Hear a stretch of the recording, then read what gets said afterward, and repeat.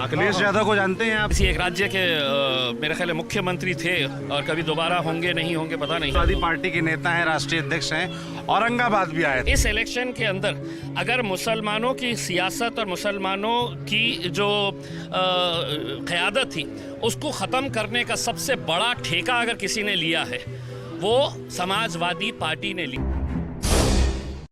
अखिलेश यादव को जानते हैं आप?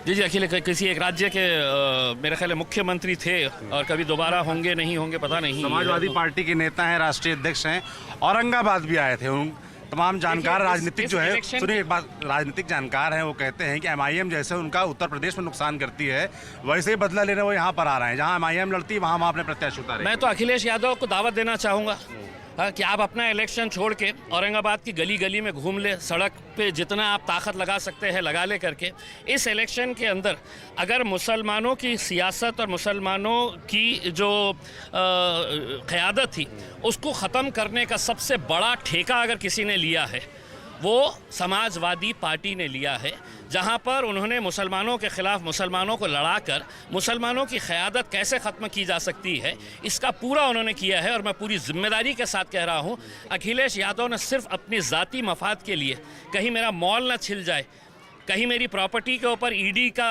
नोटिस ना आ जाए करके, इस खौफ की वजह से भारतीय जनता पार्टी जो खुद नहीं कर पा रही थी उन्होंने अखिलेश यादव का कांधा इस्तेमाल करते हुए, अबू आसिम का कांधा इस्तेमाल करते हुए उन्होंने, वरना हमने तो इतनी बड़ी दरियादिली दिखाई थी, हमने अबू आसिम के ख़िलाफ़ कैंडिडेट नहीं उतारा था, हमने रईस के ख़िलाफ़ कैंडिडेट नहीं उतारा था। लेकिन जब उन्होंने हमको वादा करने के बाद 2:30 बजे जब AB फॉर्म सबमिट करने का वक्त था तो 2:30 बजे 3 बजे का वक्त ख़त्म होने वाला था, आधा घंटा पहले उनका कैंडिडेट छुप के आकर यहाँ पर AB फॉर्म दे देता है करके, तब हमने मोटरसाइकिल के ऊपर भगाया और हमने कहा कि अबू आसिम को अगर ये भाषा समझ में आती है तो हम उस भाषा में लड़ने के लिए तैयार है करके हमने भी हमारा AB फॉर्म 2:30 बजे नहीं 3:05 जब थे उस वक्त हमने सबमिट कराया। लोग जानना चाहते हैं 2014 में आप जीते थे औरंगाबाद सेंट्रल से, तो औरंगाबाद सेंट्रल छोड़ के औरंगाबाद ईस्ट से क्यों लड़ रहे हैं इस बार आप? देखिए, मैं तो ये था कि असदुद्दीन अवैसी साहब मुझे कहते हैं कि झारखंड में जाके लड़ो।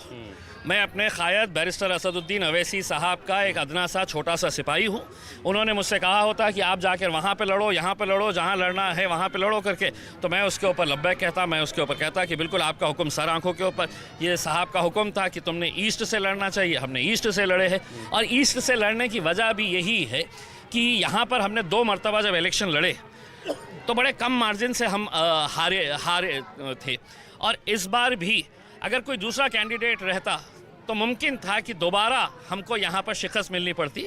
मैं आपको इतना यकीन दिलाता हूँ, औरंगाबाद ईस्ट की जो आवाम है ये मजलिस से बेपनाह मोहब्बत करने वाली आवाम है, बेपनाह मोहब्बत करती है साहब। यहाँ पे इनकी दीवानगी, इनका जोश, इनका जुनून जो है मजलिस के लिए, तो वो बरकरार रखने के लिए और इंशाल्लाह हमको ये दिखाना है कि मजलिस का गढ़ जो है वो औरंगाबाद में अगर कहीं है तो यही वो गलियां हैं जहां से मजलिस ताकतवर बनी थी।